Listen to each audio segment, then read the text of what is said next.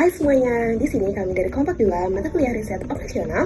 Pada kesempatan kali ini akan membawakan materi yang berjudul Metode Substitusi, Metode Grafik, dan Metode Simplex dengan dosen pengampu Bapak Kiko Maoka Parmadi, SDMM.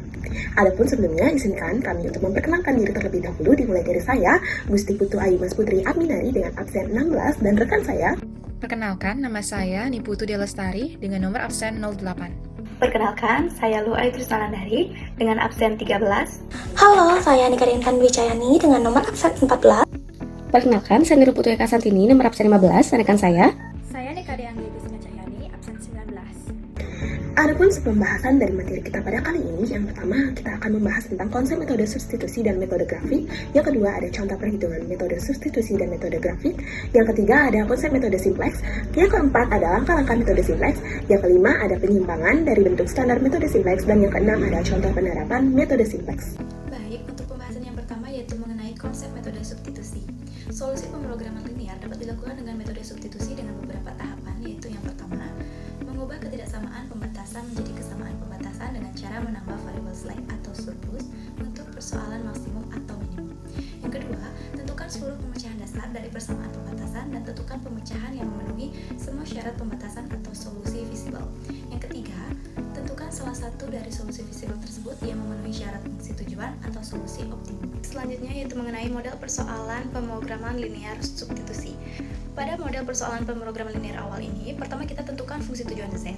Ini adalah persamaan yang ingin kita capai nilai optimumnya, entah itu memaksimalkan keuntungan atau meminimalkan biaya.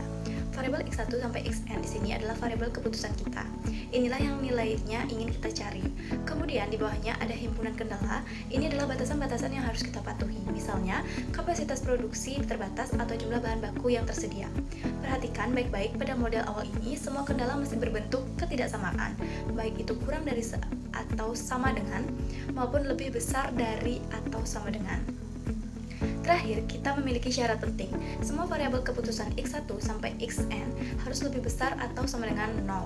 Selanjutnya, kita akan mengubah model awal tadi ke dalam model persoalan linear bentuk standar.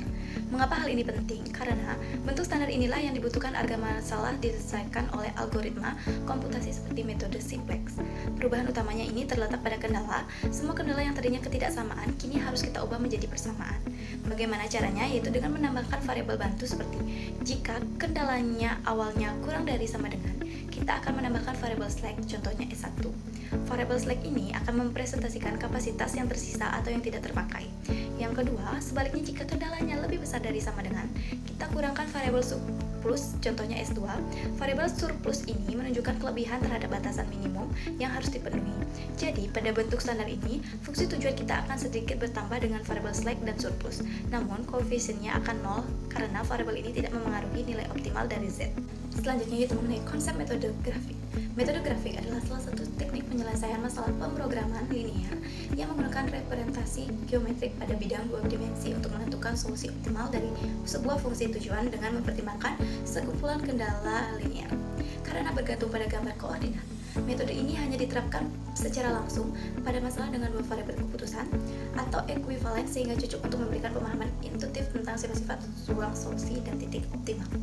Baik, sebelum kita melakukan langkah-langkah penggunaan metode LP pada metode grafik, ada pun notasi-notasi atau tanda matematika yang akan dijumpai dalam metode grafik ini, yaitu yang pertama, X lebih kecil sama dengan 1, yaitu nilai X sama dengan 1 atau lebih kecil dari 1.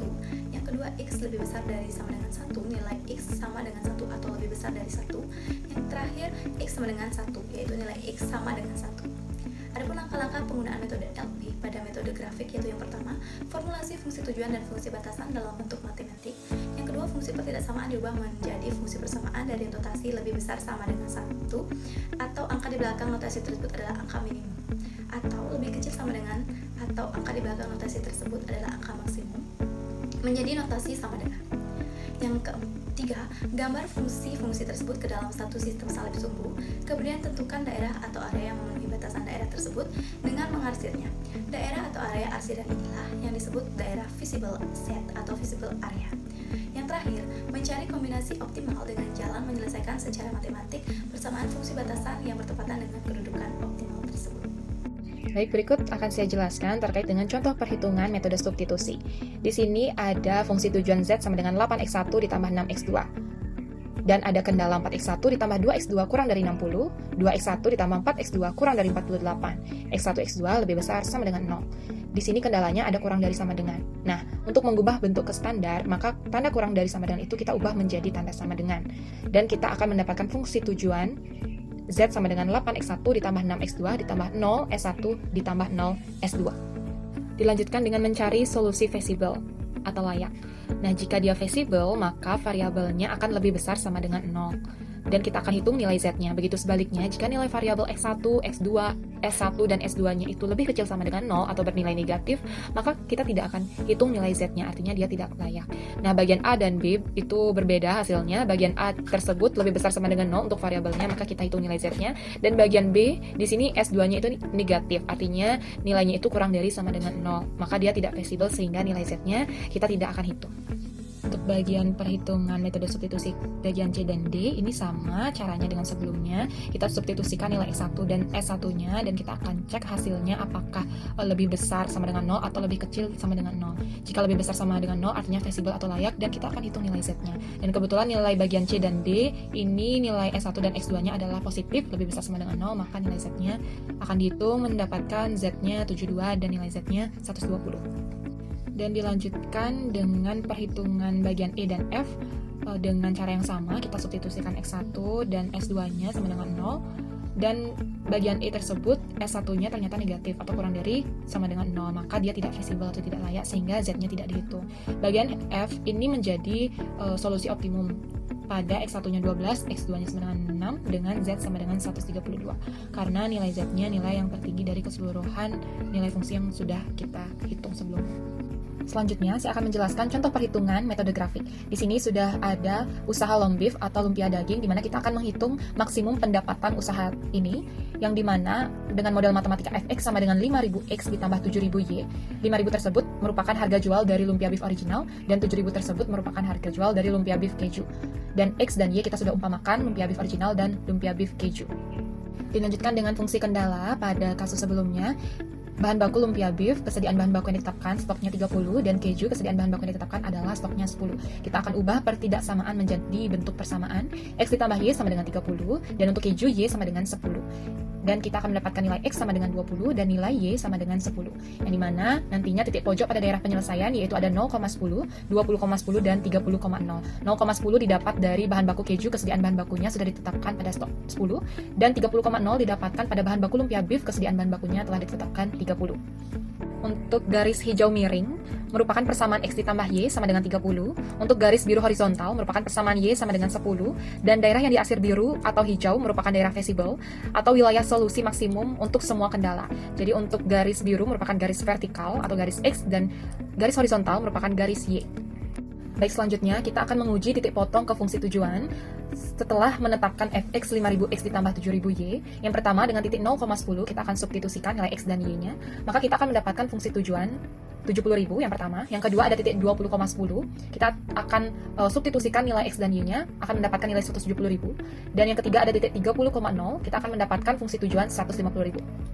Baik, selanjutnya saya akan menjelaskan mengenai konsep metode simplex. Metode simplex adalah algoritma yang digunakan untuk menyelesaikan masalah pemrograman linear.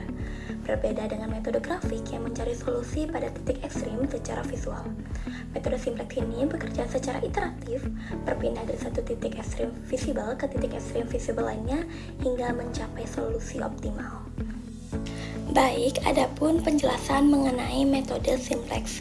Yang pertama yaitu langkah-langkah metode simplex. Metode simplex mengikuti serangkaian langkah-langkah untuk mencari solusi optimal dari masalah pemrograman linear. Lalu yang kedua ada tabel simplex dan notasi pertabelan. Tabel simplex digunakan untuk mempresentasikan sistem kendala dan fungsi tujuan dalam bentuk tabel. Sedangkan notasi pertabelan digunakan untuk mengidentifikasi variabel basis dan non-basis, serta untuk melacak nilai-nilai dan koefisien dalam proses iteratif. Selanjutnya, yang ketiga ada kriteria optimalisasi dan pencarian solusi optimal. Kriteria optimalisasi digunakan untuk menentukan apakah solusi yang ditemukan saat ini sudah optimal atau belum. Solusi optimal adalah kombinasi variabel yang memberikan nilai maksimum atau minimum untuk fungsi tujuan dengan memenuhi semua kendala. Yang keempat ada penentuan variabel basis dan variabel non-basis. Variabel basis adalah variabel yang memiliki nilai yang ditentukan di setiap iterasi. Sedangkan variabel non-basis adalah variabel yang nilainya ditentukan sebagai fungsi dari variabel basis. Yang kelima yaitu perhitungan nilai baris dan kolom pada tabel simplex. Nilai-nilai dalam tabel simplex dihitung berdasarkan koefisien dari fungsi tujuan dan kendala-kendala. Ini melibatkan operasi seperti pembagian baris oleh elemen masuk dan penjumlahan baris. Selanjutnya yang terakhir ada iterasi dan perbaikan solusi. Metode simplex adalah proses iteratif di mana solusi diperbarui secara berulang dengan mengubah variabel basis dan non-basis. Iterasi terus berlanjut hingga solusi optimal ditemukan dan tidak ada perubahan lebih lanjut yang memungkinkan dilakukan untuk meningkatkan nilai fungsi tujuan. Baik, adapun materi selanjutnya yaitu mengenai langkah-langkah metode simplex. Adapun langkah yang pertama yaitu mengubah fungsi tujuan dan batasan-batasan. 1. Fungsi tujuan Z sama dengan 3x1 ditambah 5x2, kemudian diubah menjadi Z dikurangi 3x1 dikurangi 5x2 sama dengan 0. Kemudian yang kedua, yaitu fungsi batasan diubah menjadi kesamaan dan ditambah dengan slack variable. Slack variable adalah variabel tambahan yang mewakili tingkat pengangguran ataupun kapasitas yang merupakan batasan. Selanjutnya, langkah yang kedua yaitu menyusun persamaan-persamaan di dalam tabel. Adapun beberapa istilah di dalam metode simplex, yaitu NK adalah nilai kanan persamaan, yaitu nilai yang berada di belakang tanda sama dengan. Variabel dasar adalah variabel yang nilainya sama dengan sisi kanan dari persamaan. Pada persamaan 2x1 ditambah x3 sama dengan 8, kalau belum ada kegiatan apa-apa, berarti nilai x1 sama dengan 0 dan semua kapasitas masih menganggur. Maka, pengangguran ada 8 satuan atau nilai x3 sama dengan 8. Pada tabel tersebut, nilai variabel dasar x3, x4, dan x5 pada fungsi tujuan pada tabel permulaan ini harus 0 dan nilai pada batasan-batasan bertambah positif. Ada langkah yang ketiga yaitu memilih kolom kunci. Kolom kunci adalah kolom yang merupakan dasar untuk mengubah tabel simplex. Pilihlah kolom yang mempunyai nilai pada garis fungsi tujuan yang bernilai negatif dengan angka terbesar. Dalam hal ini, kolom x2 dengan nilai pada baris persamaan tujuan min 5. Berilah tanda segi 4 pada kolom x2 seperti pada tabel berikut. Selanjutnya, langkah yang keempat yaitu memilih baris kunci. Baris kunci adalah baris yang merupakan dasar untuk mengubah tabel simplex. Indeks sama dengan nilai kolom NK per nilai kolom kunci. Untuk baris batasan 1 besar indeksnya yaitu 8/0, artinya tidak terdefinisi. Baris batasan 2 yaitu 15/3 sama dengan 5, dan baris batasan 3 sama dengan 30/5 sama dengan 6. Pilih baris yang mempunyai indeks positif dengan angka terkecil. Selanjutnya, langkah yang keenam yaitu mengubah nilai-nilai selain pada baris kunci. Dengan rumus yaitu baris baru sama dengan baris lama dikurangi dengan koefisien pada kolom kunci dikali dengan nilai baru pada baris kunci seperti pada tabel berikut. Kemudian langkah yang terakhir yaitu melanjutkan perbaikan. Ulangilah langkah-langkah perbaikan mulai dari langkah 3 sampai dengan langkah 6 untuk memperbaiki tabel-tabel yang telah diubah ataupun diperbaiki nilainya seperti pada tabel berikut. Serta di bawahnya terdapat tabel nilai baru pada baris ke-1. Selanjutnya pada sisi kanan yaitu tabel baris kedua batasan 1 dan tabel baris ketiga yang tidak berubah karena nilai pada kolom kunci sama dengan 0, sehingga didapatkan tabel simplex final hasil perubahan seperti pada tabel yang tertera, sehingga didapatkan dari tabel final tersebut yaitu x1 sama dengan 5/6, x2 sama dengan 5, z maksimum sama dengan 27/1/2. Kemudian langkah yang terakhir yaitu melanjutkan perbaikan. Ulangilah langkah-langkah perbaikan mulai dari langkah 3 sampai dengan langkah 6 untuk memperbaiki tabel-tabel yang telah diubah ataupun diperbaiki nilainya seperti pada tabel berikut, serta di bawahnya terdapat tabel nilai baru pada baris ke-1. Selanjutnya pada sisi kanan yaitu tabel baris kedua batasan 1 dan tabel baris ketiga yang tidak berubah karena nilai pada kolom kunci sama dengan 0, sehingga didapatkan tabel simplex final hasil perubahan seperti pada tabel yang tertera, sehingga didapatkan dari tabel final tersebut yaitu x1 sama dengan 5/6, x2 sama dengan 5, z maksimum sama dengan 27/1/2.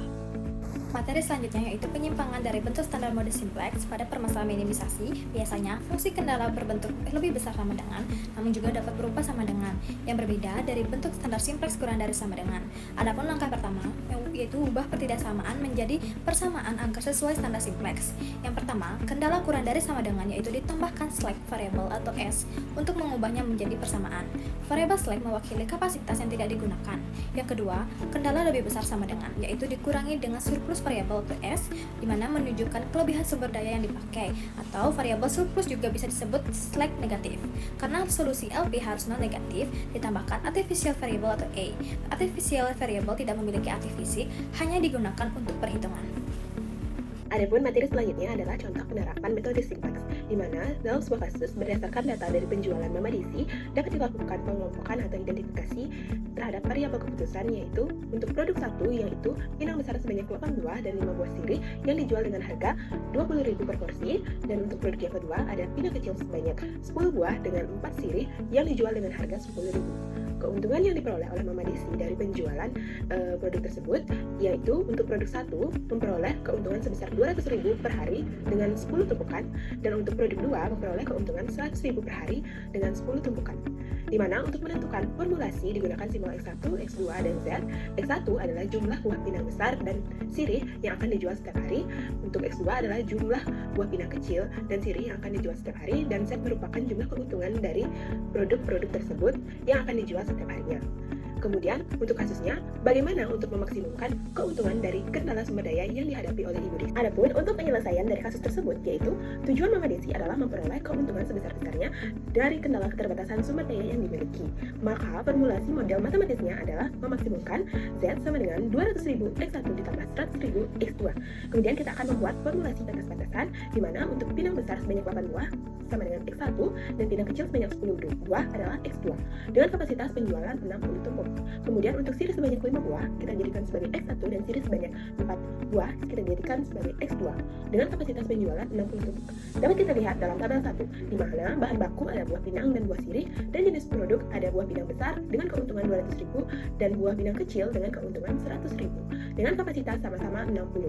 Kemudian penyelesaian program linear persoalan maksimum, maka penyelesaiannya adalah sebagai berikut, di mana kita menentukan fungsi tujuan yaitu Z sama dengan 200.000 X1 ditambah 100.000 X2 dengan fungsi kendala yaitu 8X1 ditambah 10X2 lebih kecil sama dengan 60, dan 5X1 plus 4X2 lebih kecil sama dengan 60.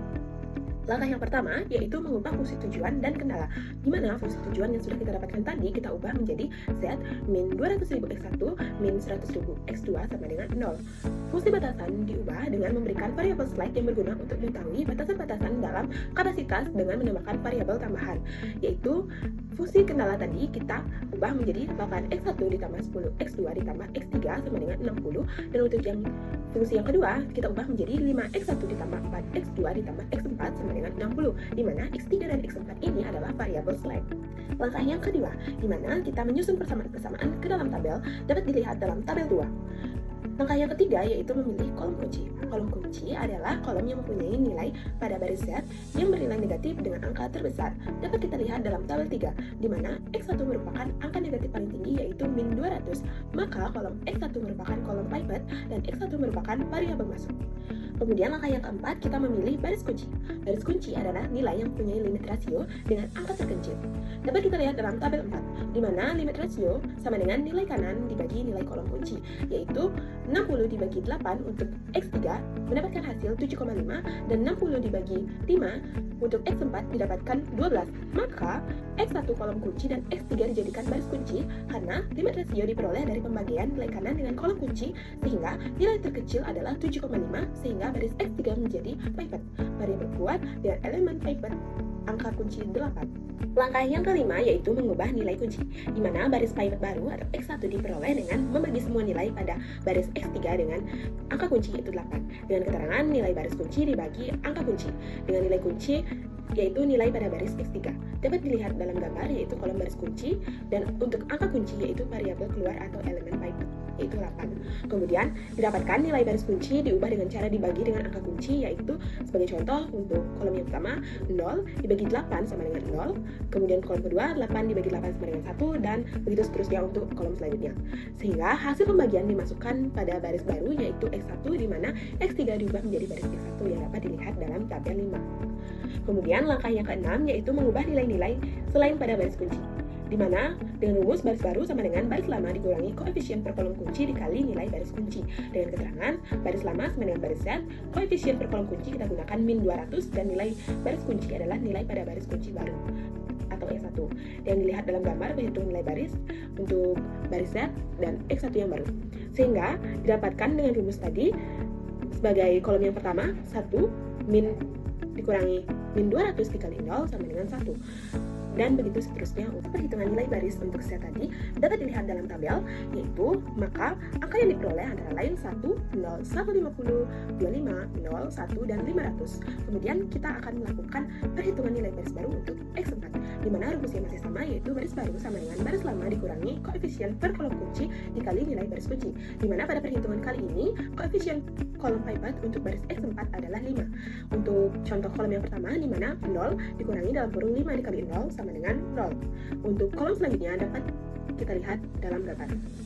Kemudian, hasil perhitungan nilai baris baru untuk X4 dapat dilihat dalam tabel yang didapatkan hasil perhitungan antara lain 0, 0, min 1,25, min 0,625, 1, 22,5. Di mana perhitungan tabel iterasi ketiga sudah optimal, maka perhitungan dihentikan setelah nilai pada fungsi tujuan yaitu Z semua bernilai positif yang dapat dilihat dalam tabel 6, yaitu perubahan baris kunci. Berdasarkan tabel 6, baris Z tidak lagi ada yang bernilai negatif, sehingga solusi yang diperoleh optimal. Maka keuntungan maksimum yang diperoleh penjualan buah pinang Mama Desi dari perhitungan dengan metode simplex adalah sebesar 1.500.000 per produksi penjualan buah pinang dalam 1 bulan. Implementasi dari penerapan metode simplex untuk menghitung keuntungan maksimum yang dapat membantu Mama Desi dalam menentukan jumlah package penjualan buah pinang. Awalnya hanya menjual 1 package dapat meningkat ke 2 package atau lebih, serta menentukan strategi penjualan buah pinang sehingga Mama Desi dapat meraih keuntungan yang maksimal dalam pendapatan per bulan. Kesimpulan untuk materi kita pada kali ini yaitu metode substitusi, grafik, dan simplex merupakan teknik utama dalam program linear, di mana substitusi dan grafik efektif untuk masalah sederhana dengan sedikit variabel, sedangkan simplex mampu menyelesaikan masalah kompleks dengan banyak variabel dan kendala. Melalui contoh perhitungan terlihat bahwa ketiga metode ini membantu pengambilan keputusan, menemukan solusi optimal secara sistematis, terukur, dan efisien.